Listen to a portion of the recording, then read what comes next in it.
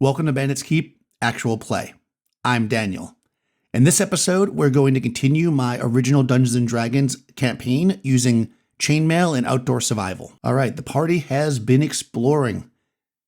Sadly, the magic shield is gone, so destroyed. They're not finding anything yet. They're kind of in search of treasure when suddenly some wild white apes bust in and attack them. Let's see how this goes. This happened once before. When the party is surprised, they can't form a fighting line, right? So because I'm going to use abstract combat, I have to look at this and figure out what the average armor is so I can calculate the entire group. Plate mail, so armored foot, light foot. So those kind of wipe each other out, right? Light foot, which puts me basically at light foot currently. Heavy foot, armored foot. If all the lights counter the armored, that leaves us with one heavy, right? So I'm going to say for this first round of attacks, it's going to be heavy foot against heavy foot because the apes are, they're going to defend as heavy foot. I'm going to say the apes are going to attack as light foot because they're just attacking with their fists, right? They're not using any kind of a weapon. And while apes are quite strong, that's why they're 2 hit dice. So we're going to look at our chart here. And we're going to go, I think because of the ferocity of the apes, I'll say they can have 1 extra die, just period. Not each, but total. So light foot versus heavy is 1 die per 2. So that means it's going to be 1 die per ape, basically, because each one counts as 2, right? So that's 11 dice, and I'm going to give them 1 extra. So they're going to roll 12 dice. Wow, this is not going well for the party so far. 2, 4, 6, 8, 10, 11, 12. I have exactly 12, it looks like. 2, 4, 6, 8. Yep. All right, 12 dice. Any 6s are hits, and then we'll calculate out who they hit. Okay, I read 2 6s here. So what we need to do now is figure out who they hit. I have 9 party members. So I'm going to roll a d10, starting 1, 2, 3, 4, like that. 10. So we're going to re-roll that because there's only 9 of them. 2. 1, 2.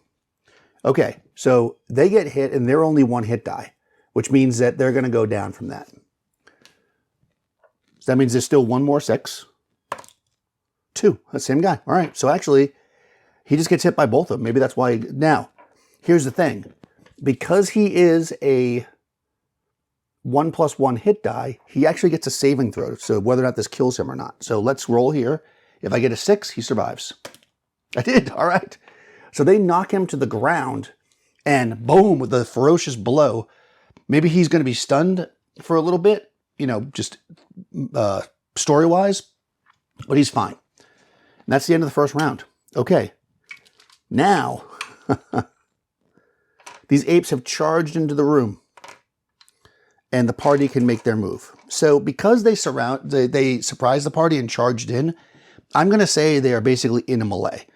And I mention that because that means I'm not going to allow any spell casting, but we can regroup. And that's what's going to happen during the movement phase. Basically because they charged in and just, you know, I mean, they're apes. I'm not assuming that they have any kind of special like battle tactics. So they charged in. What's going to happen is the Lightfoot guys, the magic users basically, they're all going to save one of them because this guy actually has a magic sword. He's an elf. So this magic user, and this magic user are going to basically be protected, if you will, by the rest of the group. So now we'll only assume this part of the group as our combat. So now when we look at our numbers, armored foot, light foot, so that's 1 armored foot, heavy foot, put them to the side for a second, plate is armored. So that's 3 armored, 1 heavy, 1 light. So the whole group is going to act as armored foot, okay? I'll do the apes first just because we just calculated that out. Remember, it's all simultaneous, so even if they take somebody out, they'll still get to attack. So now the apes who are Lightfoot, and again, I'm going to give 1 to their group. The apes that are Lightfoot are now attacking armored foot. 1 die per 3. So there's 11 apes. There's a total, which makes them a total of 22 attackers, which divided by 3 is 7. So they're going to get 7 dice. +1 for their ferocity. Okay, they get no 6s, so that's no successes. So the apes do no damage that turn. The party is armed with a sword, heavy foot, a halberd, armored foot, a sword, heavy foot, a mace, heavy foot, halberd, armored foot, mace. Okay, so heavy foot. So they all work as heavy foot, because again, we use the average. And then we're going to go like this. 1 + 1 hit. Okay, so we have some fighters that have bonuses. So this one, this one, this one, and this one. So 4 dice are going to be these four fighters. 1, 2. Oh, no, hold on. No, they're not involved in the fight. 1, 2, 3. Yeah, 4. Here we go. 4 of them are going to get +1 to their die roll. And all of these guys are 1 hit die. So I'm going to roll their heavy foot. The apes, again, are not wearing armor, so I'm going to count them as light foot. So heavy foot versus light foot. Well, you know, I'll give, yeah, no, light foot would be leather armor. Heavy foot versus light, 1 die per man, 5 or 6 hits. So I'm rolling 3 dice. If 4 dice rather. I'm rolling 4 dice. Each one, a 5 or a 6 is a hit, but I get to add 1 to every die. So if I add 1 to this, that's a hit. So 1 of the apes is wounded. Because remember, they're 2 hit dice apiece.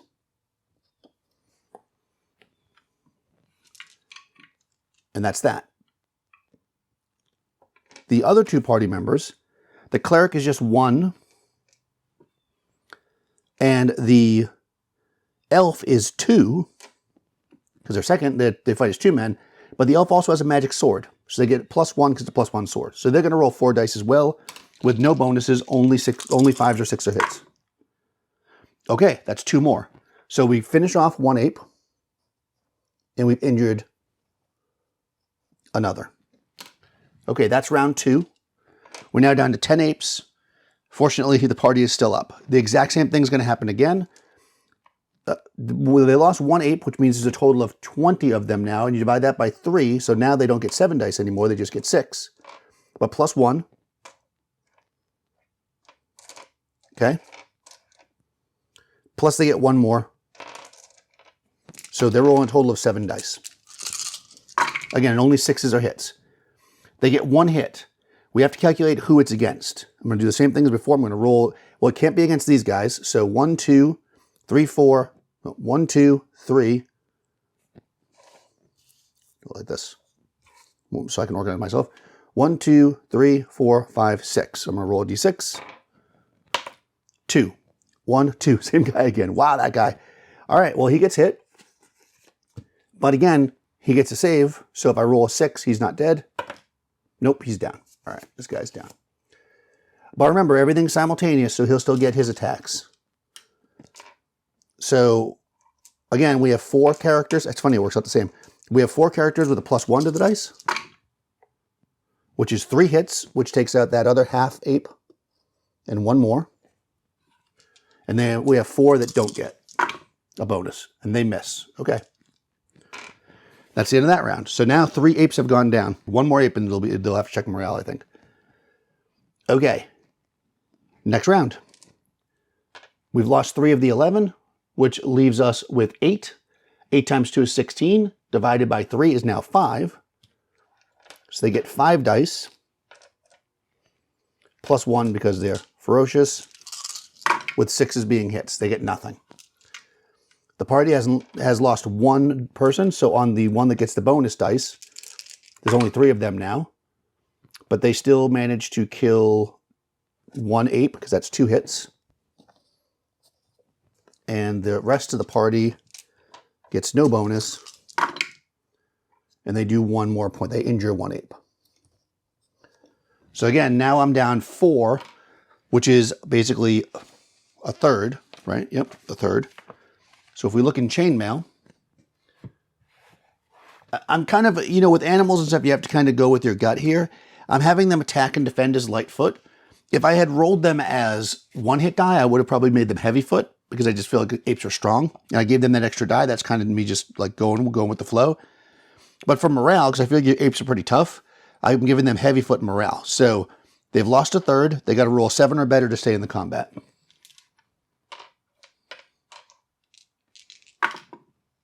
7. They're going to stay. Okay, another round of combat goes by. So again, we're down to 7 times 2 is 14 divided by 3, right, is now 4.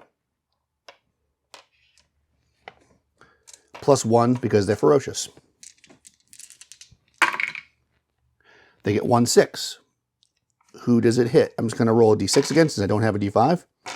And we'll just reroll a 6. 1. Okay, so this fighter. This actually doesn't bode well because I need my fighters for the rest of the combat. Okay, this fighter is going to go down. Again, he has that saving throw. So let's see if he rolls a 6. He's not dead. He does not. Okay, so he's down. But that won't be until after this turn. So the player characters get their attacks. 3 of them at +1. They take out another half ape. And then 4 of them with no bonus, which means they miss. Okay. No need for another morale check. So we're back in with the apes again. Again, there are 6 of them. Times 2 is 12. So 12 divided by 3 is 4. Oh, hold on. I might have to recalculate here. Heavy, armored, armored, light. Okay, we're still armored. Okay, so 4 plus 1 because they're ferocious. Ooh, they get 1 more hit. Who does it go against? I might have to bring my other characters into combat. Number 1, which would now be this halfling, who also gets the save and fails, so they're going to die. Wow, these fighters go down. Okay, but not until after this turn. So the player characters get 3 attacks with a +1, which makes only 1 hit. And then 4 attacks with no bonus, which is 2 hits. Okay. So they're looking to wipe out enough of the apes to break their morale, hopefully, before the player character's morale breaks. Because at this point, the player characters are hurt, and we only have 3 combatants in the game. So what I could do here is take a chance. If we can take out enough apes.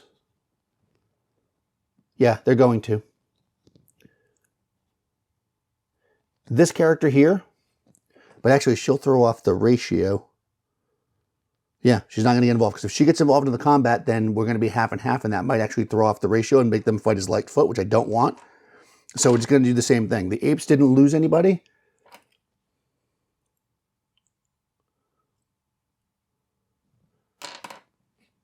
Yeah, there's 6 apes.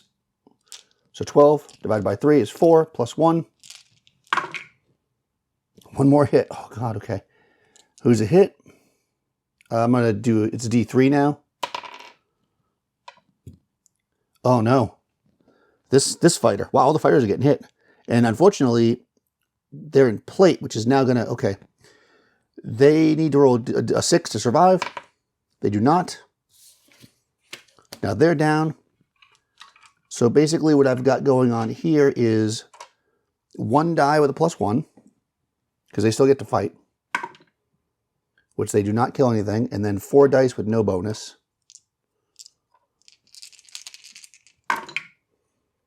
Okay, but that takes out 1 more ape.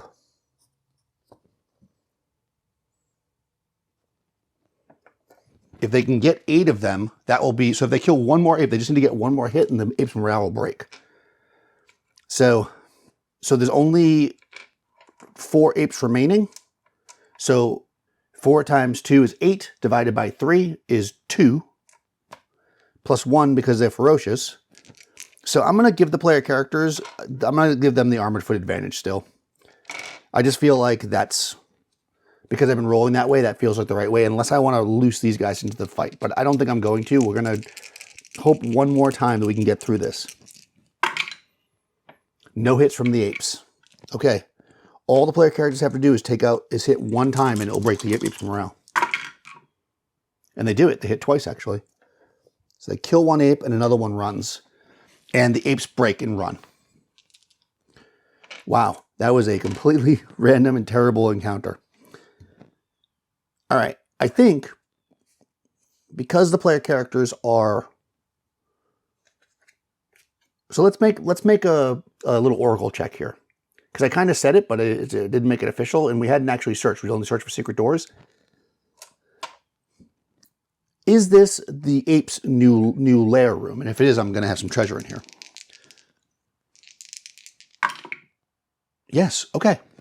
So actually, they're going to look around in the room. They're recovering. Unfortunately, they just lost. Well, it's always new people. This new cleric is like, oh God. But I think we're in a bad position here because I don't know that I can actually beat the Cockatrice with the group I have. So this is going to be problematic. What I might do is recruit some of the men-at-arms up top. I think it'll just simplify things. I think I can convince them to go into the combat, but let's just see. Maybe they won't want to do it because we just lost people. But all right, number one, there's 5 player characters. On a 1 or a 2, they find the treasure stash. Nothing. They don't find it. Okay, so there's treasure in there. They just don't find it. It's hidden so well by the apes that they can't find it. All right, so now I got to make some decisions. What I have left is 4 magic users. One of them is an elf, so they can use other weapons. I have a cleric. The cleric cannot use any kind of a missile weapon besides the oil. So the cleric actually is no good against fighting the Cockatrice. And I don't know that even with... These guys are all leveled up, so they fight as 2, 1 + 1, 1 + 1. They fight as 2, 2 + 1, actually.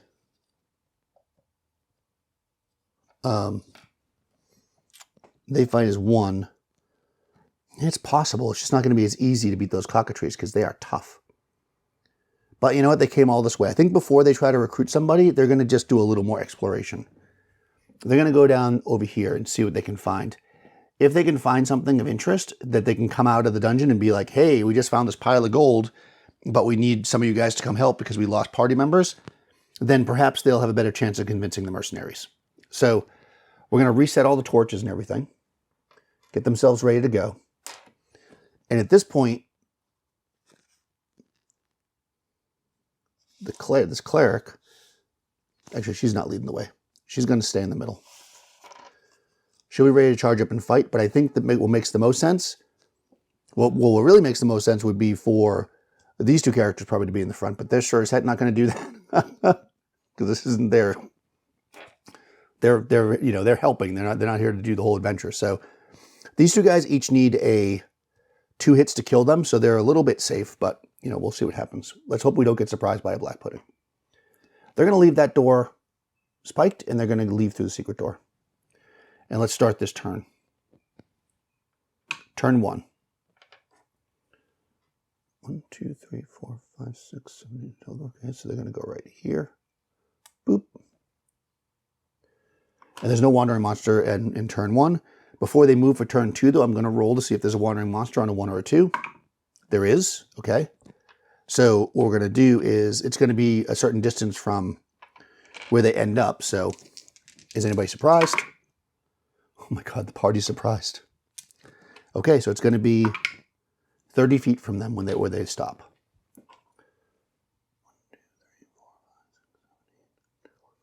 1, 2, 3, 4, 5, 6, 7, 8. Okay, so 12 is like right there. So if they're surprised and the thing's 30 feet away, I'm going to say that it's probably like right there. Like, they're surprised because it was coming up the hallway. The question is, what is it? Let me roll my little chart. Oof. This group might just be cursed. 4. Animal. Ooh, okay. All right, so let's roll the animal chart. Let's hope we don't get 11 wild apes.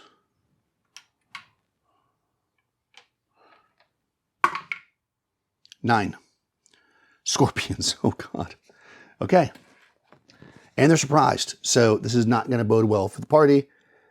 Oh, this could be the end of them. 7, 8. There's 8 giant scorpions. Okay, how many hit dice are they?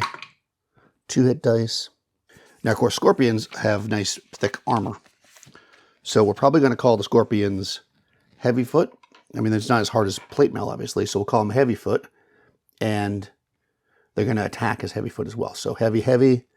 There's 8 of them. Here's the important part. This is the reaction check. Let's hope we get a positive reaction, because maybe the scorpions will just leave them alone. 5 is negative, but not immediate attack, if I remember right. No, negative reaction. Okay, yep, the scorpions are going to attack. They will use their round to move up on the party. And they will attack. So again, we're in ranks. So we're going to say 2 scorpions in the front can attack.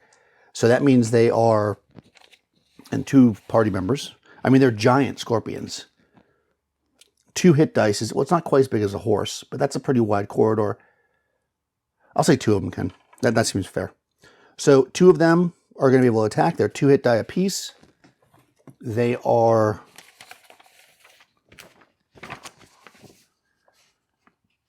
We'll say they're attacking as Heavyfoot, I think I just said. Yeah, they're going to go heavy, heavy. These guys are light, unfortunately. Heavyfoot versus light, 1 die per man, 5 or 6 hits. So we're rolling 4 dice, because again, they're 2 hit dice apiece.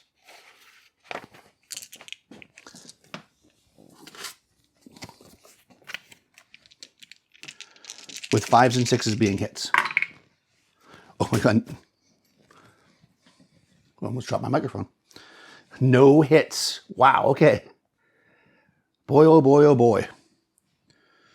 All right. I need to look at something. So the scorpion's movement is probably the same as ours. So I'm going to say, I mean, a giant scorpion is probably, like I say, pretty fast. So we're going to do something here. So only 2 of them are... I'm doing that because so only 2 of these 8 scorpions are in the melee. And because again, and only these 2 party members are in the melee. So this round, the cleric is going to move up and join the fight. It's risky for them, but I think they need to do that. Both of these magic users in the back, let me just check their spells. Tell me they took a sleep spell. Yes, they each did. Actually, one of them took 2. Okay, both of these magic users in the back are going to cast sleep. Again, you can't cast a spell into a melee, but these guys in the back are not part of the melee. And they're not part of the melee. Like, they're not directly being involved. So I'm going to allow it. So movement happens first. Cleric moves up. Then spell casting happens. So again, no matter how high I roll on the spell check, I can't put out the 2 scorpions in the front row because they're in the melee. So they are 2 hit dice. Let's take a quick look to see how much a sleep spell puts out. They're both going to cast because I don't want to take a chance. 2 to 12 second level types. Okay. So, first sleep spell, 4 of them. Second sleep spell, 6. Okay. Well, it can only affect 6 total anyways. So, 6 of the scorpions in the back fall asleep. There's only the 2 that remain up front. They're attacking exactly the same way because, again, they are 2 hit die apiece, Heavyfoot against Lightfoot, so 5s and 6s hit. Ooh, only 1 hit. Okay, so this is both good and bad. 1, 2, 3, 4, 5, 6. If I roll a 3 or a 4, that cleric is down. Otherwise, it hits one of these 2 guys and it won't kill them. 2, okay. Hits him, 1 hit. He needs 2 to kill him. Oh, no, I'm wrong. Damn it, I forgot. He's 1 + 1 hit die. So he actually is down. Well, wasn't what I was hoping, but... And he doesn't get us. Oh, no, he gets a save because he's 1 + 1. Come on, roll a 6. Nope. He's out. Okay. Well, at this point, the party's going to be slowly wiped out if they just don't all jump into combat. So everybody's going to jump forward and fight. Well, actually, hold on. These guys have to fight back. Dagger. They're both Lightfoot. She has a mace. So we're basically Lightfoot against Heavyfoot. This is not going to be that good of an attack here. Although actually, well, we get our attack first, but the scorpions actually are going to break morale because we took out so many of them. So they're actually, we're not going to lose anything else now. Probably. Light versus heavy is 1 die per 2. They're 2 and they're 1, so that's basically just 1 die. Nope. All right. So the 2 scorpions remaining are going to break because that's too much of their group to remain, and they will run. The party will move up and finish off the 6 sleeping scorpions. Again, they don't have any treasure because they're a wandering monster. Okay. I shouldn't have left that door open, I guess. Okay, let's move on. Turn 3. Lost 1 more character. Now I'm really worried about this, so I guess they're going to step up. I wonder, because if the entire group gets wiped out, if the entire... basically, if these 2 characters die, then there is no obligation for these 2 characters... these 2 characters to remain. So... they have a sword, they're going to come up front.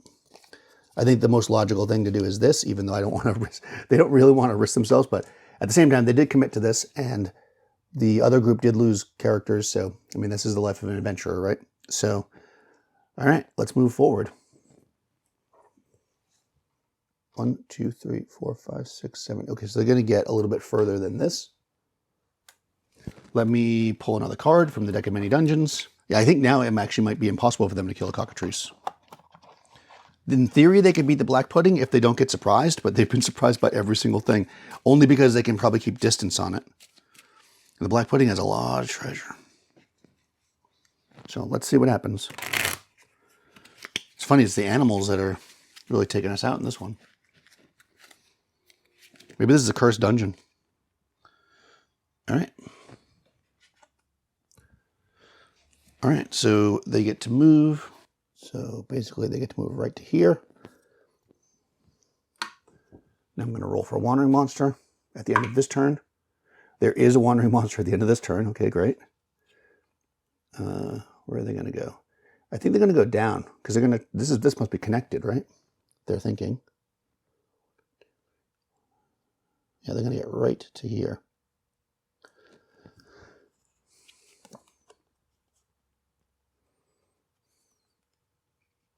All right, so what I'm going to do here is,